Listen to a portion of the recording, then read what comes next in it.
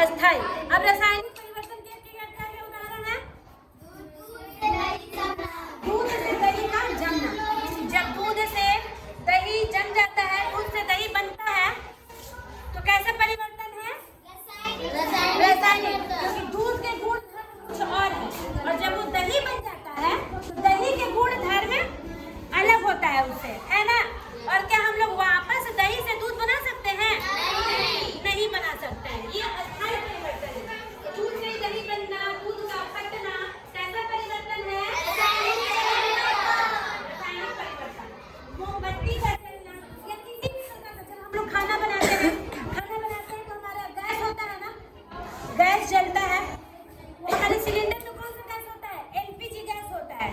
जैसे ही वो बाहर निकलता है, वो द्रव के रूप में रहता है। जब सिलेंडर में रहता है तो वो द्रव के रूप में रहता है, ठीक है?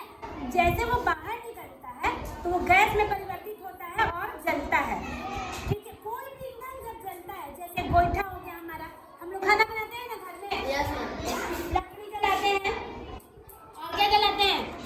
गोईठा जलाते हैं, कोयला जलाते हैं, और गाड़ी उड़ी चलाते हैं तो डीजल पेट्रोल डीजल भी जलता है।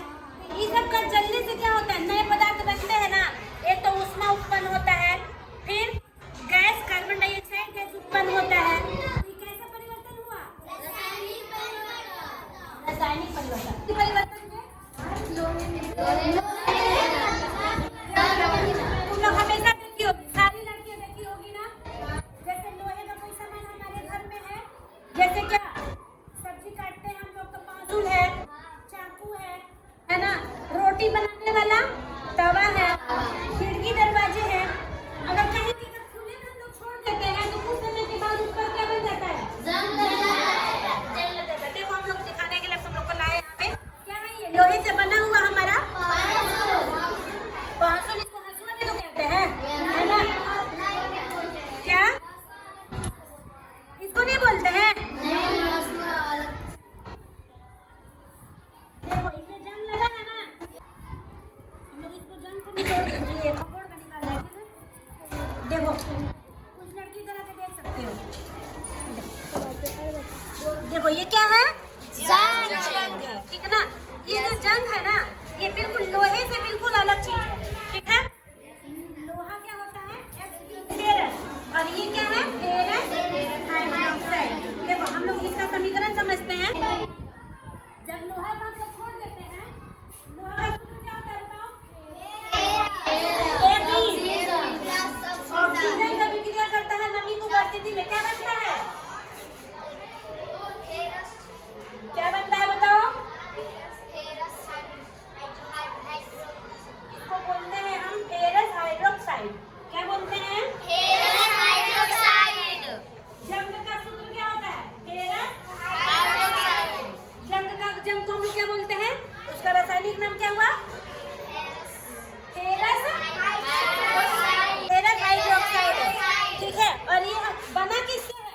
ये लोहा से ही बना है, लेकिन लोहा से बिल्कुल अलग पदार्थ है। ये कैसा परिवर्तन हुआ? रासायनिक परिवर्तन। रासायनिक परिवर्तन समझ में आया आप लोगों को? फिर से रिवाइज करें। चलिए, वैसा परिवर्तन जिसमें पदार्थ के गुण धर्म बदल जाते हैं और एक या एक से अधिक नए पदार्थ बनते हैं, वैसे परिवर्तन को क्या कहते हैं? रासायनिक परिवर्तन कहते हैं। उदाहरण है रासायनिक परिवर्तन के, कुछ और भी उदाहरण है। जैसे हमारी वायुमंडल में ओजोन का परत होता है। ओजोन का परत होता है, वो क्या करता है? सूर्य से आने वाली पराबैंगनी किरणों को अवशोषित करता है और उसको ऑक्सीजन में बदल देता है। ये भी क्या है? एक प्रकार का रासायनिक परिवर्तन है। हरे पौधों के द्वारा प्रकाश संश्लेषण की क्रिया के द्वारा भोजन का बनाना कैसी क्रिया है? रासायनिक परिवर्तन। हम लोग सांस ले रहे हैं ना, हम लोग सांस ले रहे हैं, ये भी एक प्रकार का रासायनिक परिवर्तन है।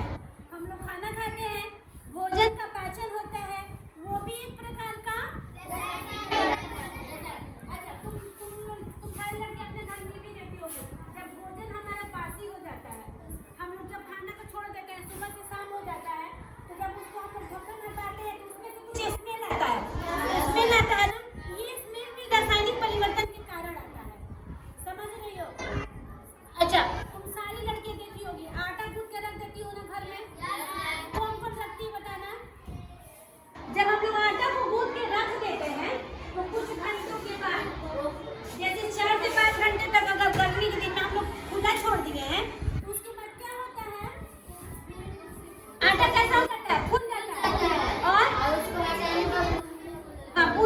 छेद छेद दिखता है ना, वो क्यों होता है? वो उसमें क्योंकि कार्बन डाइऑक्साइड गैस बनता है, जिसको क्या बोलते हैं? फर्मेंटेशन बोलते हैं। ठीक है, ये भी एक प्रकार का रासायनिक परिवर्तन है। ठीक है, हम लोग अपने खाना में जैसे हम लोग इडली डोसा बनाते हैं, इडली डोसा बनाते हैं ना, तो हम लोग चावल और उड़द के मिश्रण को पीस करके रख देते हैं। कुछ समय के बाद वो मतलब ये कम से कम 7-8 घंटे के बाद वो फूल जाता है। तो ये कैसा परिवर्तन हुआ? हम लोग खाना बनाते हैं, सब्जी का पकना, हम लोग खाना बनाते हैं ना, भोजन का पकना भी कैसा है? तो ऐसे भी हमारे, आइए हम कुछ और भी परिवर्तन देखते हैं रासायनिक परिवर्तन के। ठीक है, हम लोग क्या पढ़े थे बाबू? रासायनिक परिवर्तन ना। देखो, रासायनिक परिवर्तन के कुछ उदाहरण हम लोग और लेंगे। ठीक है, हम तापमंडल में कौन सा परत होता है? ओजोन परत। ओजोन परत क्या करता है?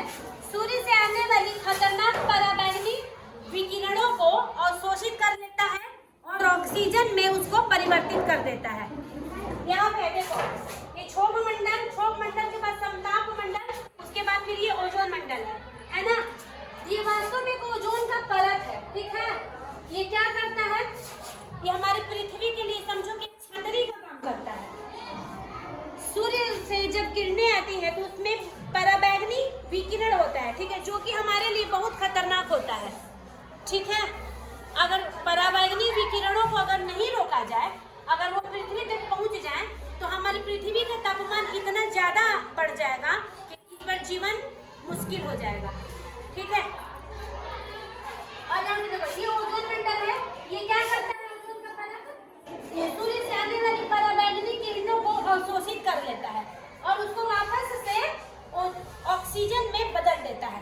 तो यहाँ पर पराबैंगनी किरणों का वापस ऑक्सीजन में बदल जाना कौन सा परिवर्तन है? रासायनिक परिवर्तन। ठीक है, वायुमंडल में क्या करते हैं?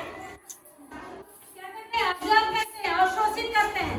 ठीक है, तो ये प्रकाश संश्लेषण की क्रिया भी कैसा परिवर्तन है?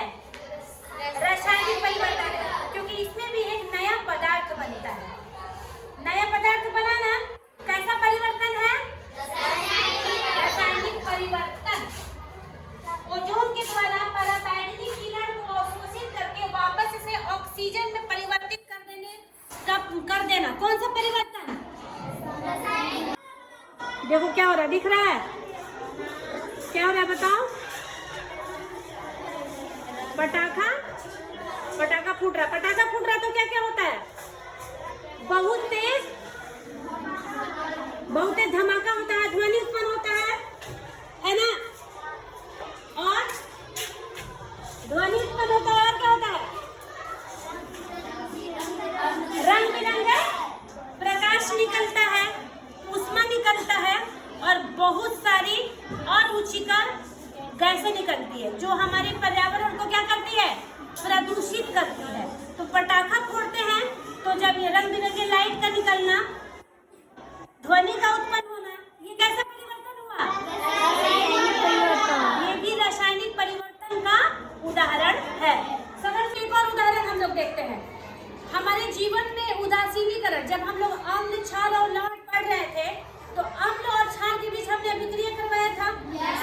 तो क्या बनता है जब अम्ल और क्षार के बीच अभिक्रिया होता है? तो क्या बनता है? लवण और कार्बन डाइऑक्साइड गैस बनता है। लवण और कार्बन डाइऑक्साइड, ये जो लवण और कार्बन डाइऑक्साइड गैस बनता है, ये बिल्कुल अलग पदार्थ होता है। अम्ल और क्षार से अलग पदार्थ होता है। ठीक है, इसमें क्या है? लिखो है ना, बैलून में डालेंगे हम लोग तीनों को। हाँ डालो, चलो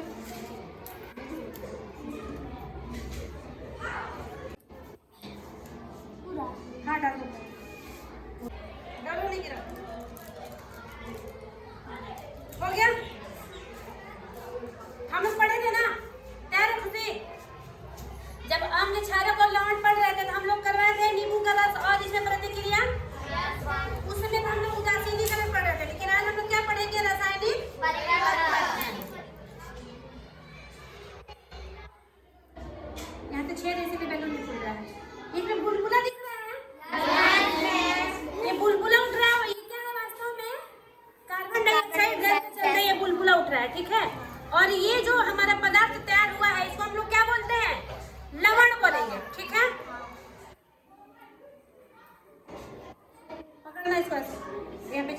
दिख जाए, ठीक है।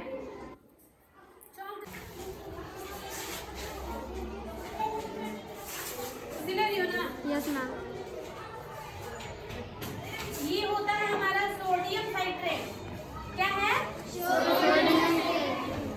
सोडियम साइट्रेट एक प्रकार का क्या है? लवण है जो कि उदासीन होता है, ठीक है। जो हमारा बीकर में बन के तैयार हुआ है,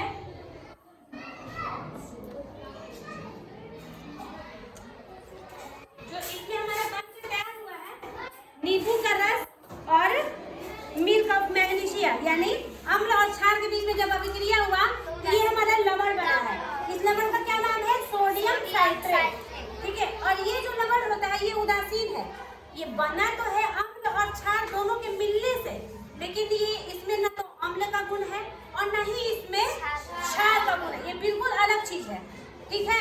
इसीलिए ये कौन सा परिवर्तन हुआ? रासायनिक परिवर्तन है। समझ में आ रहा है? अच्छा लग रहा है आप लोगों को क्लास में? मजा आ रहा है? क्लैपिंग तो करो।